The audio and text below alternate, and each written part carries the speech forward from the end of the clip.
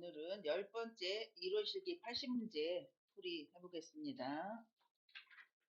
1번 수정 확대 가족의 특징으로 옳은 것은 1. 조부모와 손자녀가 구성되어 있다. 2. 결혼한 자녀와 부모가 함께 거주한다. 3. 노인과 친인척 간의 교류가 활발하다. 4. 부모 중 한 명과 미성년 자녀가 함께 산다. 5. 성인 자녀가 근거리에 살면서 노부모를 보살핀다. 몇 번일까요? 네, 5번이죠, 5번. 성인 자녀가 근거리에 살면서 노부모를 보살피는 거는 수정확대 가족. 또 하나는 빈둥지 증후군이 있어요. 빈둥지 증후군은 어, 가족 중에 이제 자녀들이 떠나서 노부부만 남으니까 이 노부부가 우울증 이런 증상들이 나타나는 거예요. 슬픔 이런 거. 그게 빈둥지 증후군이고 이 수정확대 가족과 빈둥지 증후군은 한 번씩 나오니까 꼭 기억을 하시면 되고요. 그래서 이 근거리에 사는 거는 한 집에 살지는 않지만 나누어서 위에 자녀가 살고 밑에 부모가 살든지 아니면 앞동 같이는 안 살아요. 근처에는 살지만 이렇게 해서 보살핌을 주는 거죠. 근데 실질적으로 따지면 자녀가 부모를 보살피는 게 아니라 여기서 또 애를 맡기죠. 애를. 자녀가 아이를 맡겨요. 그리고 일 보고 와서 애 찾아가요. 예. 그래서 오는 경우도 있지만 어쨌든 근처에서 아무리 그렇게 하더라도 자녀가 부모를 보살필 거 아니에요. 그쵸? 아예 그냥 같이 안 살기 때문에 따로 멀리 있는 것보다는 그래도 근처에 있으면서 보살피는 그런 가족의 형태가 수정 확대 가족인 거고요.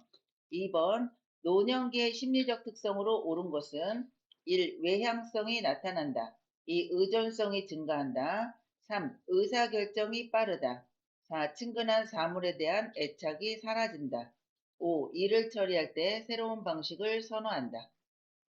정답은 네, 2번이죠. 2번. 의존성이 증가해요. 그런데 의존성이라는 거는 신체적인 의존도 있고 또 경제적인 의존 두 가지가 있어요.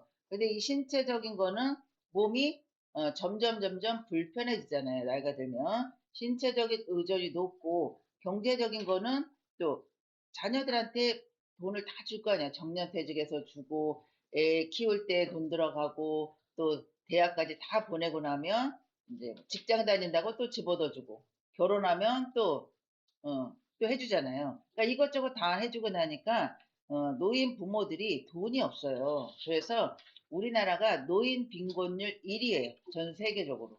근데 이게 체계가 우리나라는 어때요? 다 해주잖아요. 근데 미국 같은 경우는 20살만 되면 뭐 대학 학비도 네가 벌어서 써라. 이런 체계가 좀 틀리기도 하겠지만 어쨌든 다 퍼준다는 거예요. 우리나라 부모들은. 그러니까 경제적으로 빈곤할 수밖에 없어요. 그런데 신체적, 경제적으로 의존도가 많으면 많을수록 노인학대는 증가한다는 거예요. 노인학대. 왜 그러냐면 받아갈 때는 받아가지만 그건 또 별개잖아요. 그쵸? 그러고 나면 이제 받을 것도 없고 이제는 거꾸로 부양을 해야 되는 상황인데 자녀가 그 본인 가족도 부양하기 힘든데 부모까지 부양을 하니까 힘이 들단 말이에요. 그러면 같은 말이라도 좋게 안 나가죠. 힘도 그럼 짜증도 내고 이러다 보니까 노인 학대라고 해서 누구를 때리는 게 아니라 말로 하는 정서적인 학대가 많이 증가가 한다는 거예요. 그래서 노인 학대 1순위는 가족에서 이루어져요. 가족. 예, 오히려 뭐 요양원 이런 데보다는 가족 내에서의 노인 학대가 1순위예요. 그중에서 아들이 1순위, 배우자가 2순위, 딸이 3순위 이랬었는데 올해 바뀌었어요. 자녀들도 많이 안 낳고 또 뭐 이렇게 부모를 모시는 아들들이 좀 줄어들겠죠. 이 빈둥지 증후군이 점점 많아지는 거예요. 그러다 보니까 어떻게 돼요?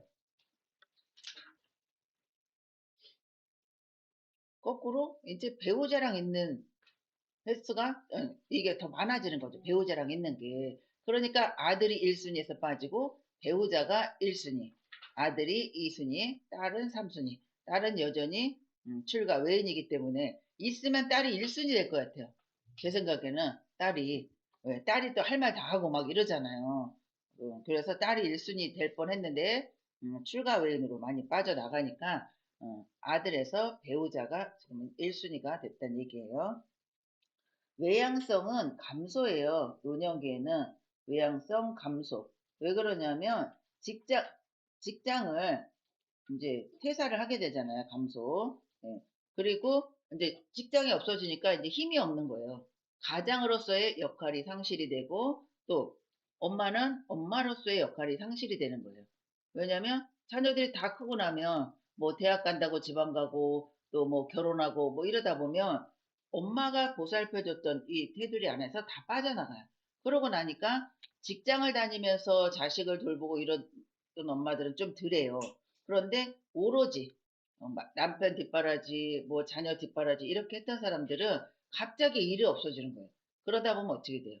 우울증이 오죠, 우울증. 나는 누구인가? 난 지금까지 무엇을 하며 살았는가? 이런 생각이 많이 드니까 이때 나타나는 게 뭐예요? 이때 나타나는 거는 갱년기, 우울증. 이때 나타나는 거예요, 시기가. 그래서 외향성은 증가이고, 외향성은 감소이고, 거꾸로 내향성은 감소예요. 내향성은 감소가 되겠죠. 그리고 의사결정이 빠른 게 아니라 뭔가 자꾸 생각을 해요. 또 경험도 많고 이러면 실패하는데 이런 것도 있고 조심조심하단 말이에요. 그러니까 결정도 느려요. 결정 빠른 게 아니고 친근한 사물에 대한 애착심은 증가해요. 그래서 뭘 못 버려요. 노인분들은. 그리고 각각에 따라서 추억도 있고 뭐 이러니까 못 버리는 거예요. 그래서 애착심은 증가해요. 애착심.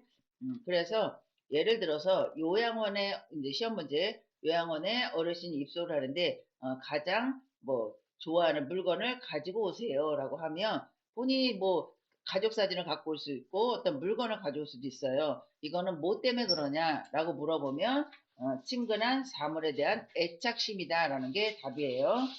그리고 5번은 일을 처리할 때 새로운 방식을 선호하는 게 아니라 잊어버려요. 자꾸만. 노인이 되면 잊어버리니까 새로운 거를 싫어해요. 새로운 거, 새로 배우는 걸 싫어하고 알려줘도 잘 모르고. 그래서 일을 처리하는데 새로운 방식을 선호한다는 거는 틀린 거죠. 그 다음에 3번. 노인 장기요양보험 급여 대상자는 1. 백내장을 수술한 65세 남자, 2. 관절염으로 수술을 한 70세 여자, 3. 골절로 병원에 입원 중인 60세 남자, 4. 혼자서 일상생활이 가능한 75세 여자, 5. 뇌경색으로 일상생활이 어려운 50세 남자. 네. 정답은 몇 번일까요?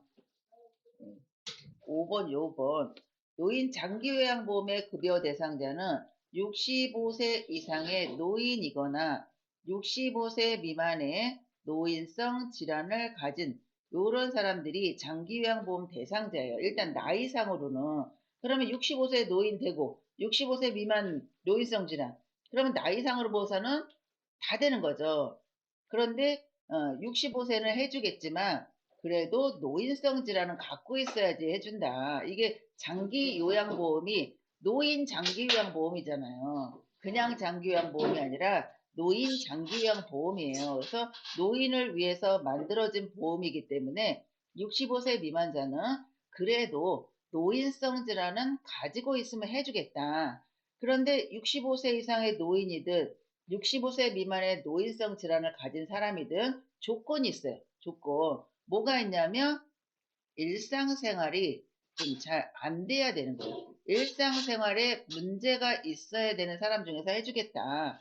무조건 나이가 65세라고 그래가지고 다 해주면 모든 노인들이 요양원에 들어갈 거 아니에요. 다 그쵸? 그러면 공단에서 뭐 심사할 필요도 없고 나이가 많으니까. 그런데 65세 이상의 노인이든 65세 미만의 노인성 질환을 가진 사람이든 일상생활이 잘 안 되고 아니면 치매라도 가지고 있어라. 이렇게 이제 조건이 붙은 거예요. 근데 치매인 사람은 치매 진단을 받고 치매 약을 드셔야 돼요. 진단만 받았는데 약을 안 드시면 이거는 뭐 치료를 위한 게 아니잖아요. 그래서 약을 드셔야 되고 여기 보시면 1번 보실게요. 백내장 수술한 65세 남자. 여기는 65세 나이는 합격이에요. 가장 먼저 봐야 될 거를 가운데를 봐야 되는 거예요. 가운데 줄을. 가운데 줄을 보는데 일상생활이 일단 안 되는 사람 중에서 나이도 보고 질환도 보는 거예요. 65세 이상의 노인은 질환은 상관이 없어요. 질환 상관없어요. 그냥 골절만 돼가지고 몸을 못 써도 해당이 돼요. 노인성 질환 아니잖아요, 골절은. 그런데 또 그냥 뭐 어제 부러졌는데 뭐 한 달 있다가 퇴원해가지고 요양원 간다고 등급해주세요 그러면 안 해줘요. 왜 안 해주냐? 일상생활에 대한 이런 문제가 6개월 이상 지속이 돼야 돼요. 6개월 이상. 그래서 한 3개월 만에 뭔가 문제가 있어서 기운도 없고 뭐 잘 몸을 못 쓰는 이런 상황인데 3개월 정도 지났는데 65세 이상이에요.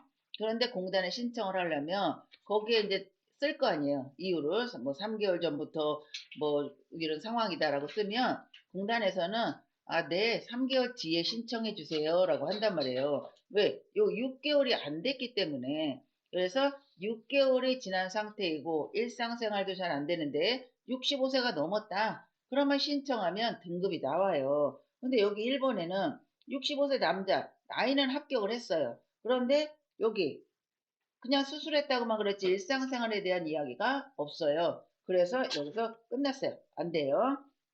2번은 수술을 했는데 여기도 일상생활이라는 얘기가 없죠. 여기도 안 돼요. 3번은 병원에 입원 중인 병원자가 나오면 그냥 뭐 나이고 질환이고 볼 것도 없어요. 병원에서 태어난 다음에 그 다음에 이제 나이든 질환이든 또 6개월이 지났는지 이거를 보고선 신청을 해야 된다는 거예요. 그러니까 1번, 2번, 3번 다 안 됐어요. 4번은 일상생활이 가능하대요.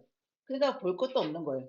뭐 이거 뭐 혼자서 하든 나이든 이건 볼 거 없이 일상생활 가능하다. 병원약이 나왔다. 그러면 무조건 안 되는 거예요.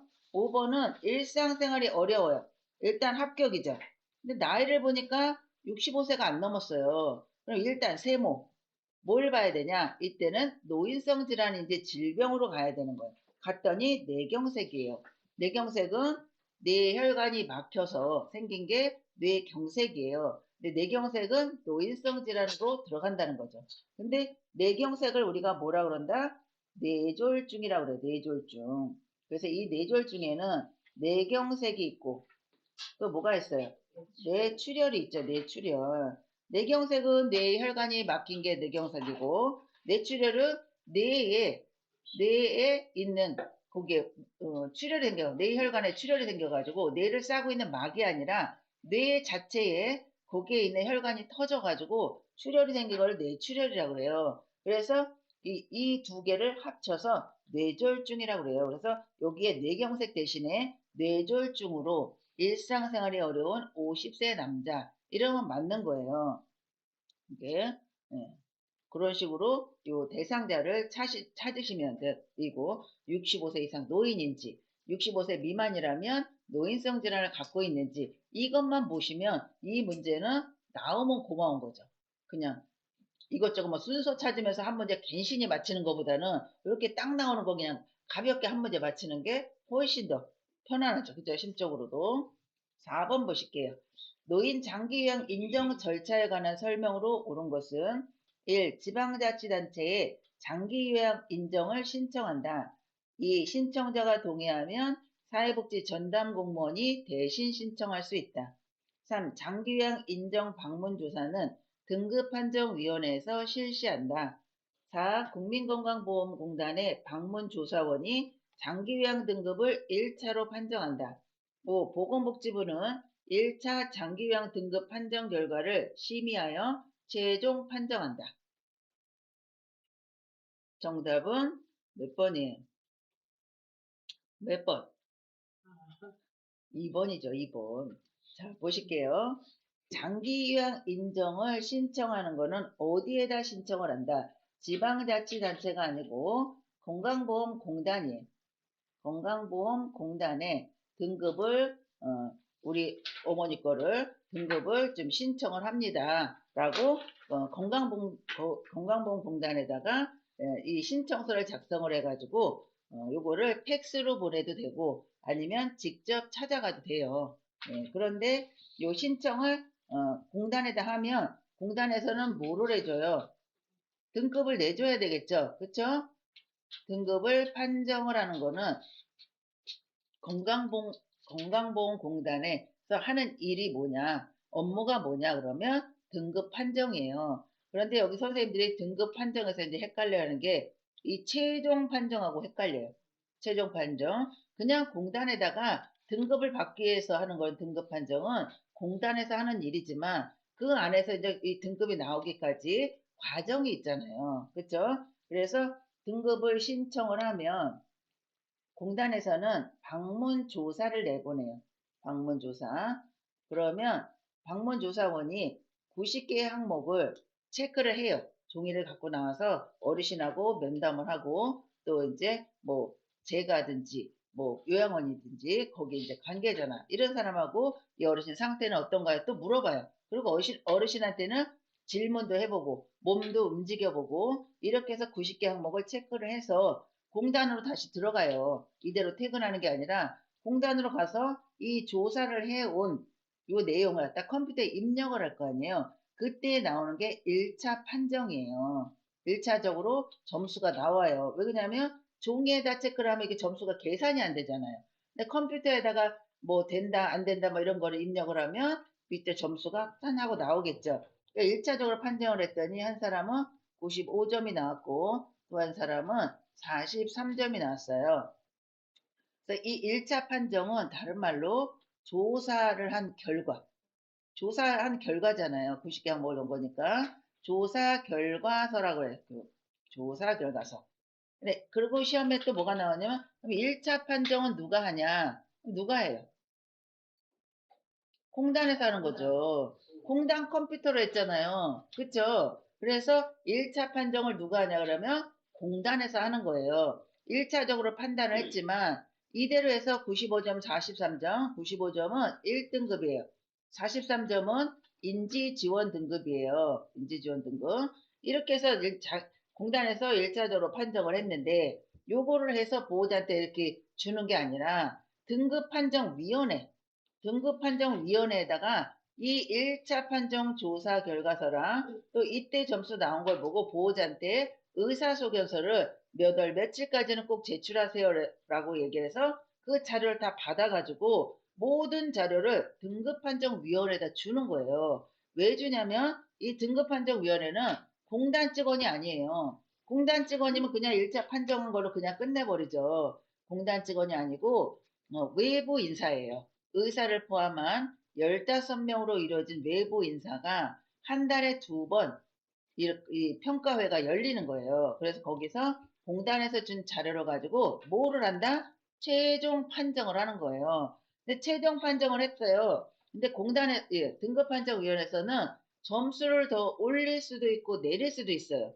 그래서 여기 1차 판정에서 받은 사람이 한 사람은 95점이고 한 사람은 43점이라고 그랬어요.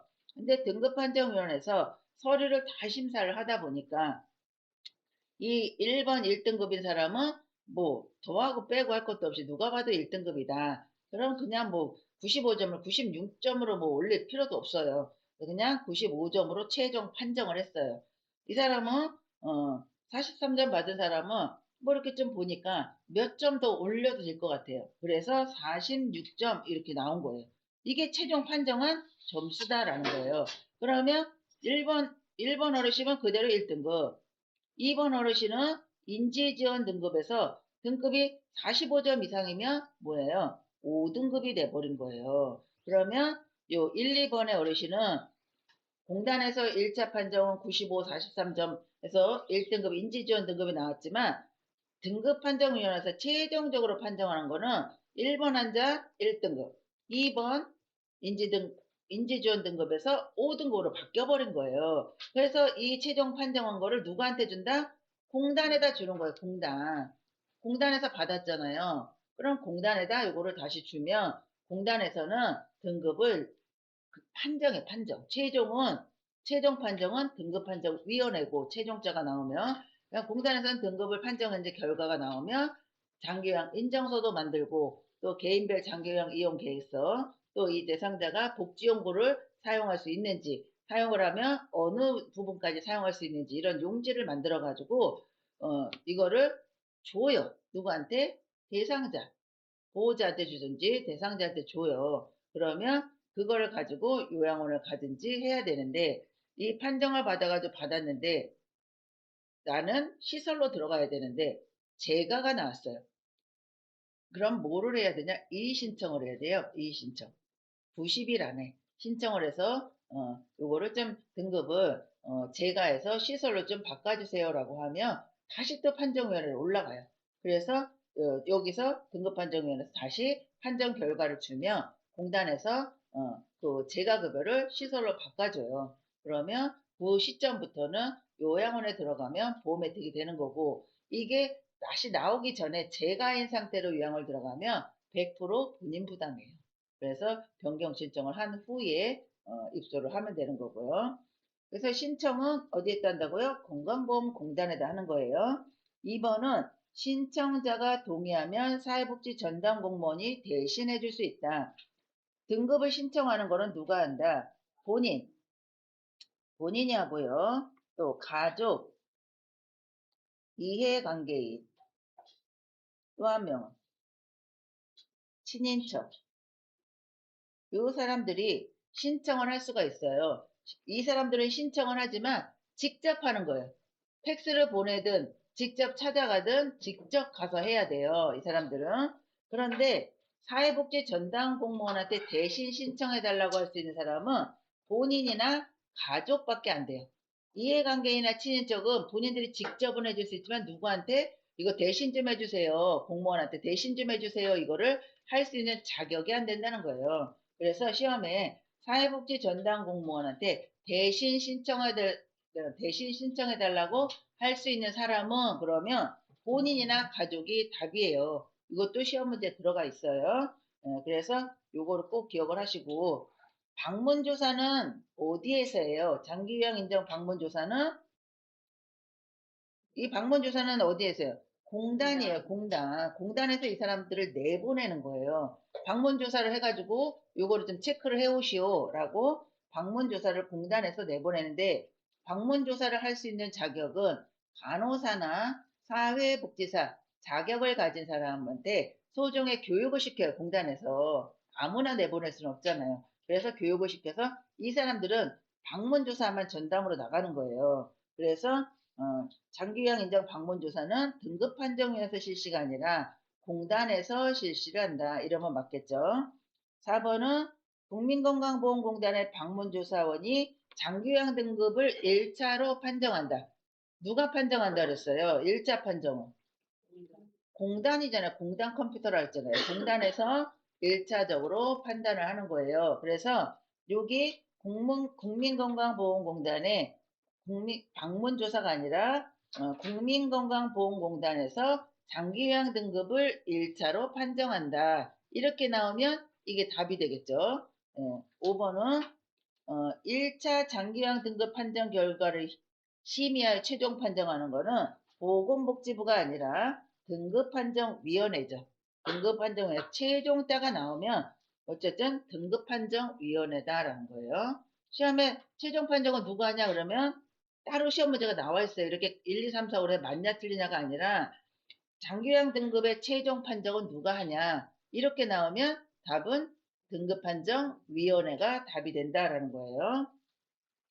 이 4번 문제 가지고 지금 몇 개를 문제가, 이 안에 시험 문제가 몇 개가 나와 있는지 몰라요. 그래서 요거를 꼭 기억을 하시면 되겠고요. 5번은 노인요양시설에서 대상자에게 장기요양급여를 제공한 후 비용을 청구하는 곳은 1. 보건복지부, 2. 지방자치단체, 3. 근로복지공단, 4. 국민건강보험공단, 5. 중앙노인보호전문기관. 정답은 몇 번이에요? 예, 4번이죠, 4번. 우리가 청구가 있고 지급이 있어요. 장기요양, 요 노인요양시설은 크게 장기요양기관이라고 그래요. 장기요양기관. 장기요양기관은 시설급여, 재가급여 해가지고 요양원은 시설급여고 재가는 나머지 다. 요양원 빼고. 그래서 그냥 장기 요양 기관에서 이 급여를 제공한 후 비용을 청구하는 곳은 이렇게도 나오고, 뭐 노인 요양 시설에서 아니면 재가 시설에서 또 뭐 복지용구는 이렇게 다 바꿔서 나올 수가 있죠. 어쨌든 장기 요양 기관은 누구한테 청구를 해요? 누구한테 청구를 해요? 건강보험공단에다 청구를 하는 거예요. 그런데 뭐를 청구하냐? 어떤 거를 청구하냐면 시설은 20% 본인 부담, 재가는 15% 본인 부담이죠. 본인이 내야 되는 돈이 본인 부담금이라고 이야기를 해요. 그러면 100% 중에서, 둘 다 100% 중에서 20%는 본인 부담금이, 시설은 20%, 재가는 15%예요. 그러면 나머지 80%를 나눠야 되잖아요. 80%는 어디다 받아요? 공단에서 받는 건데, 이거는 다 공단에서 주는 돈이 아니라 국가에서 20%, 시설이든 재가든 똑같이 20%를 줘요. 그러면 공단은 100%에서 본인 부담금 20%, 국가에서 20% 하면 나머지는 60%고 재가는 65%죠. 그래서 공단 부담금은 그러면 60에서 65%이다. 이렇게 나오면 맞는 거예요. 1, 2, 3, 4, 5에서 공단 부담금은 60에서 65%이다 라고 하면 거기에 나오는 60은 시설 거고 65%는 재가 거라는 얘기예요. 그러면 장기요양 기관에서는 본인 부담금은 누구한테 받냐라고 하면 누구한테 받아요? 본인한테 받는 거. 이것도 시험 문제 있어요. 본인 부담금은 장기요양기관이 부담한다. 이렇게 나와요. 그럼 장기요양기관은 뭐예요? 돈을 받는 곳이잖아요. 그런데 거기에서 부담을 해주질 않잖아요. 본인 부담금. 본인 부담금은 말 그대로 본인이 내는 거예요. 가족이 내는 돈이 본인 부담금이다. 그러면 본인이 낸 거는 본인한테 받았잖아요. 기관에서. 그럼 나머지 돈만 어디다 청구를 하냐? 공단에서 청구를 하면 공단에서는 국가 거하고 공단 거하고 합쳐가지고 누구한테 줘요? 장기요양 기관에다가 지급을 하는 거예요. 근데 지급을 여기서 청구했다 그러면 네 알겠습니다 이거 주는 게 아니라 뭐를 하냐면 심사를 한 다음에 이 사람의 날짜가 맞는지 뭐 이런 게 모든 게 맞는지를 다 심사를 해요. 외박을 했는데 외박한 걸 빼지도 않고 그냥 다 청구를 했는지 이런 걸 다 심사를 해가지고 아무런 문제가 없다 그러면 지급을 하는 거예요. 이게 자꾸 이거 헷갈려 하는 분들 계세요. 근데 이게 만약에 헷갈리면 보험회사에다 내가 보험 청구해 본 적 있잖아요. 뭐 실비보험, 예를 들어서 실비보험을 들어놨는데 병원 진료를 받았어요. 그러면 내가 병원에다 낸 비용 그걸 갖다가 어디다 좀 청구를 해야 되잖아요. 그럼 어디다 청구를 해요? 보험회사에다가 청구를 하잖아요. 보험회사에다. 그럼 보험회사는 그냥 주는 게 아니잖아요. 이거 다 해가지고 이건 안 됩니다. 요거는 드리겠습니다. 이렇게 해가지고 심사를 해가지고 지급을 해요. 누구한테? 대상자한테 지급을 할 거 아니에요. 여기는 장기요양 기간이지만 보험을 따졌을 때는 나한테 주는 거잖아요. 나한테. 그러니까 청구는 누가 해요? 내가 보험회사에다 청구한다. 그러면 이 보험회사는 심사를 해서 지급을 한다. 누구한테? 장기요양 기간. 나한테. 그쵸? 그렇게 해서 생각을 하시면 돼요. 6번. 요양보호 서비스 제공 원칙으로 옳은 것은 1. 대상자 가족 중심으로 서비스를 제공한다. 2. 대상자가 자립생활을 할 수 있도록 지원한다. 3. 응급상황 시 우선순위에 따라 의료 행위를 한다. 4. 대상자의 개인적 욕구보다 기관의 지침을 중시한다. 5. 대상자의 상태가 달라지면 요양보호사가 서비스를 조정한다. 정답은 몇 번이에요? 네. 2번이죠, 2번. 대상자가 자립생활을 할 수 있도록 지원을 하는 거예요. 그래서 우리가 뭐를 해요? 필요한 부분만을 도와준다라는 얘기 많이 해요. 필요한 부분만을 도와준다. 우리가 전적인 도움이 있어요. 전적인 거는 모든 걸 도와주는 거예요. 그래서 누워있는 와상 환자, 와상 어르신한테 콧줄로 식사드리고 기저귀 갈아드리고 체위를 변경해주고 이러는 거는 내가 다 해주는 거잖아요. 근데 그거 이외에는 대상자가 할 수 있으면 할 수 있는 부분은 본인이 하게 하고 못하는 부분, 필요한 부분만을 도와준다가 답이에요. 그래서 시험에 대상자가 화장실을 이용하는데 도움을 요청하기 전에 내가 가서 도움을 줬다. 그러면 그거는 틀린 거예요. 왜냐하면 대상자가 도움을 아직 요청 안 했잖아요. 필요한 부분만 해줘야 되는데 도움도 요청하기 전에 미리 들어가서 해줬다라고 하면 그거는 틀린 답이다라는 얘기예요. 1번은 요양보호는 대상자 중심의 요양보호예요. 그래서 서비스는 대상자한테만 해주는 거예요. 그러니까 가족이 들어가든지 아니면 기관 중심으로 서비스를 제공한다. 이렇게 나오면 다 틀리는 거예요. 대상자 중심으로 서비스를 제공한다라고 나와야 맞는 거고요. 3번은 왜 틀렸어요? 응급상황 시 우선순위에 따라 의료행위를 한다. 여기는 뭐가 틀렸어요? 의료행위가 아니라 뭐를 해야 돼요? 의료행위 틀렸고 뭐를 해야 돼요? 예? 응급처치를 해야 되는 거죠. 응급처치. 요거를 응급상황 시 우선순위에 따라 응급처치를 한다. 이렇게 해서 맞는 걸로 나온 문제도 있어요.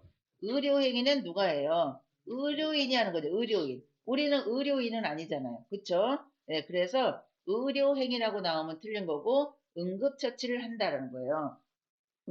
응급상황 시 우선순위에 따라 응급처치를 하는데 먼저 보고를 하고 아니면 119에 신고를 하고 응급처치를 하는 거예요. 정말 긴박한 상황이다라고 하면 왜 그러냐면 응급처치를 하고 있는 동안에 미리 신고를 했으면 119 구급대가 올 거잖아요. 그런데 119에는 신고도 안 하고 응급처치에 따라서 막 우선순위에 따라서 막 응급처치를 하는데 상태가 점점점 나빠져요. 그러면 이거 회복이 안 될 가능성도 높기 때문에 1차적으로 119에 신고를 하고 응급처치를 해야 되는 거예요. 근데 여기는 뭐 119에 대한 내용은 없으니까 응급상황 시 우선순위에 따라 응급처치를 한다. 이러면 맞는 답이 될 수 있어요. 4번 대상자의 개인적인 욕구보다 기관의 지침을 중시한다 그랬죠. 누구 위주라 그랬어요? 대상자 위주라 그랬죠. 그래서 기관 지침 중시가 아니라 개인의 욕구가 더 중요한 거예요. 또 5번은 대상자의 상태가 달라지면 요양보호사가 서비스를 조정한다. 어떻게 해야 돼? 대상자가 상태가 달라졌어요. 그러면 이거는 뭐야? 상태를 본 거죠, 본 거. 그러니까 요거는 요양보호사의 역할 중에 무슨 역할이라고요? 관찰자의 역할이다. 관찰자의 역할이고, 관찰했더니 영 상태가 아니에요. 그럼 어떻게 해요? 그냥 관찰만 하는 게 아니라 어떻게 해요? 문제가 있으니까 보고를 해요. 보고라는 거는 정보를, 여기에 대한 관찰한 정보를 누구한테 보고했어요? 시설장한테 보고했죠. 그래서 이 보고하는 자체는 정보를 전달하는 정보 전달자의 역할이다라고 보시면 돼요. 요양보호사가 서비스를 조정하는 게 아니라 이렇게 해서 정보를 전달하는 보고라는 과정을 거치며 시설장이나 간호사가 그러면 어떻게 해주세요. 예를 들어서 혈압이 좀 낮아요. 그러면 네 그럼 일단 다리 쪽을 좀 올려주세요. 그럼 이렇게 해서 뭔가를 시행을 할 거잖아요. 내가 판단하는 게 아니다라는 얘기예요. 7번 노인 장기요양보험 표준 서비스 중 개인활동 지원 서비스 내용에 해당하는 것은 1. 말벗 2. 편지 대필 3. 구강관리 돕기 4. 청소 및 주변 정돈 5. 관공서 방문 시 동행 몇 번일까요? 개인활동은 5번이죠. 5번 1번은 뭐예요? 그러니까 우리가 장기요양보험 표준 서비스 중에 신체활동 지원 서비스가 있고 신체활동 또 뭐가 있어요? 개인활동, 일상생활 지원 서비스, 일상생활 지원 서비스, 또 뭐가 있어요? 정서 지원 서비스, 기능 회복, 간호에 대한 것도 있고, 또 물품 정리에 대한 것도 있고, 여러 가지가 있는데, 이 중에서 말벗은 뭐예요? 정서 지원 서비스죠. 정서 지원은 말벗, 상담, 요거를 해주는 게 정서 지원 서비스예요. 그래서 말하는 건 뭐예요? 의사소통이죠. 의사소통. 그래서 이 의사소통에는 뭐가 들어가냐면 편지 대필이 들어가요. 편지를 대신 써줘서 이 대상자의 의사를 상대방한테 전달해 주잖아요. 그것도 말이나 같은 거잖아요. 그래서 이 편지 대필은 의사소통에 해당이 되는데 이 의사소통은 정서 지원 서비스다라는 거예요. 그래서 여기 편지 대필 나왔죠? 그럼 뭐예요? 이거는 정서 지원 서비스이다.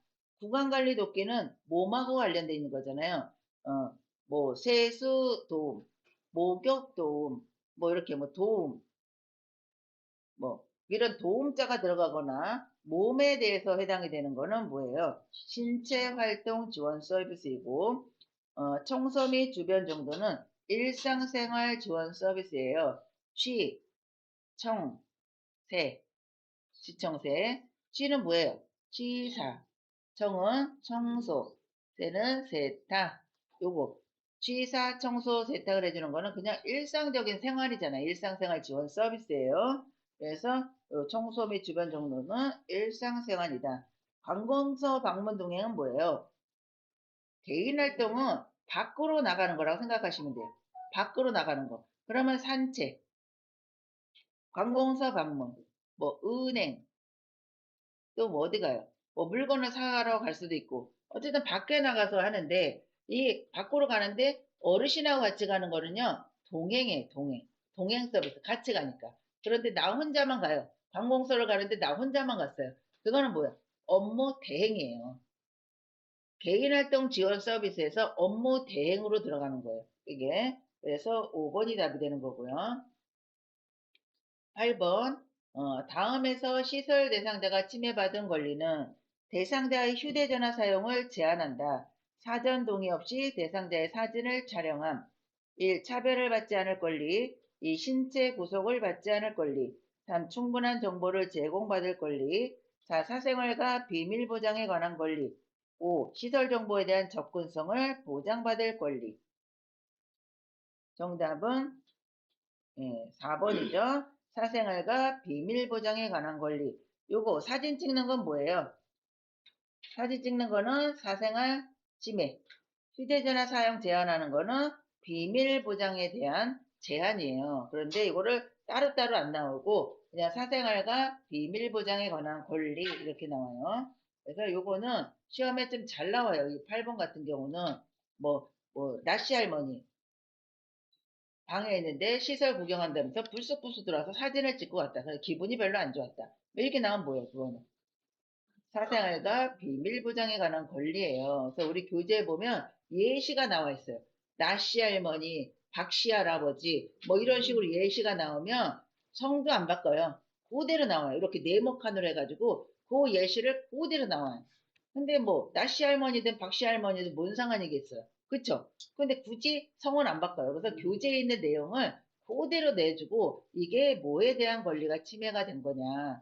뭐 이제 침대를 갖다가 나는 침대를 사용을 안 했는데 요양원에 들어왔더니 침대를 사용을 하라서 너무 불편해서 몸에 아침에 일어났더니 몸이 안 좋았다. 그럼 뭐예요? 그건 안락. 안전과 안락에 대한 거. 예. 그리고 뭐 화장실에 비상벨을 설치해 줬다. 그건 뭐예요? 안전에 대한 권리를 받은 거죠. 근데 비상벨이 없어요. 그러면 안전에 대한 권리가 침해가 된 거예요.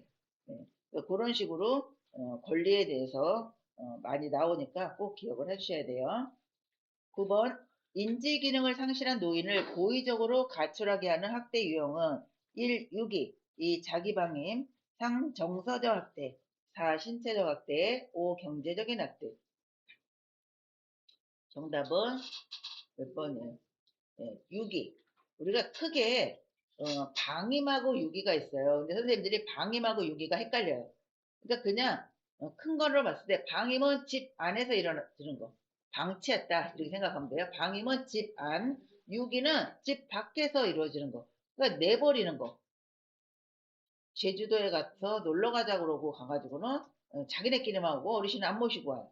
또 섬에 가서 배 타고 나와야 되는데 그렇잖아요. 요즘 뭐 강아지 섬에 데려가가지고 강아지만 놔두고 와서 섬에 강아지들이 많대잖아요. 그 유기에 유기 집 밖에서 이루어지는 거. 근데 방임은 이 대상자가 욕창에 있는데 치료도 안 하고 그냥 내버려두고 또 아파서 병원에 약을 타야 되는데 약도 안 타다 주고 이거는 방임이에요. 유기는 대상자가 치매인데 문을 잠그지 않으면 나가는 거 뻔히 알면서 문을 안 잠가 놨더니 나갔어요. 찾지도 않아요. 그럼 6이에요. 또 시설이나 병원 요게 입소를 시키고 연락도 안 하고 가보지도 않고 돈도 안 내고 이건 뭐예요? 집 밖에서 이루어진 거죠. 6이에요, 6이. 그래서 낯선 장소에 버리고 고의적으로 가출 또는 배회하게 만드는 치매 노인을 배회하게 만드는 이런 거 다 6위에 들어가요. 자기 방임은 뭐예요? 자기 스스로 나를 방치하는 거, 나를. 그래서 배우자가 사망을 하니까 아유 나도 따라 죽어야지. 굶어야 죽을 수 있나 해서 밥도 안 먹고 당뇨가 있고 다른 질환이 있는데 약도 안 먹고 나는 죽어야 돼. 그러니까 죽으려고 나 스스로를 방치하는 거를 자기 방임이라고 그러고요. 정서적인 학대는 말로 하는 거라 그랬어요. 뭐 나가 죽으라는 둥 아니면 그런 식으로 하면 요양원에 보내버리겠다는 둥 아니면 그냥 뭐 엄마 때문에 짜증나 죽겠네 막 이런 거 있잖아요. 근데 이게 정서적인 학대가 신체적인 학대는 뭐예요? 때리고 꼬집고 밀치고 막 이런 게 신체적인 거잖아요. 이 신체적인 학대 못지않게 정신적으로 충격이 어, 많이 먹는다는 거예요. 그래서 정서적인 학대를 우습게 보면 안 되는 거예요. 경제적인 학대는 돈하고 관련된 거, 노령연금 받는데 찾아다 준다라고 가져가면 돈도 안 주고 통장도 안 주고 아니면 뭐 부동산 이런 거 명의 변경해 놓고 이런 것들은 다 경제적인 학대이다. 경제적인 학대는 돈하고 관련된 거다. 이렇게 보시면 돼요. 10번 다음에 해당하는 성희롱 유형은 음란한 사진을 전송함, 고의적으로 엉덩이를 노출함, 1. 육체적 성희롱, 2. 언어적 성희롱, 3. 시각적 성희롱, 4. 심리적 성희롱, 5. 사회적 성희롱. 정답은 몇 번이에요? 시각적 성희롱. 눈으로 봤잖아요. 음란한 사진을 전송을 해가지고 내 문자로 다 왔어요. 그냥 무슨 문자인가 하고 딱 봤더니 음란한 사진이에요. 그럼 내 눈으로 봤잖아요. 시각적. 또 고의적으로 엉덩이를 노출해가지고 내가 또 봤잖아요. 눈으로. 이거는 시각적인 거예요. 육체적인 거는 만지는 거. 만지는 거. 언어적인 거는 말로 하는 거. 말로. 그리고 심리적인 거, 사회적인 건 잘 안 나오고요. 11번 요양보호사 채용 과정에서 기관장이 다음과 같이 말했을 때 요양보호사가 침해받은 권리는 지원서를 보니 나이가 많아 어르신을 돌보는 업무가 힘들 것 같네요. 1. 자유권, 2. 참정권, 3. 평등권, 4. 신체적 안전보장 권리, 5. 휴식 및 여가 보장 권리.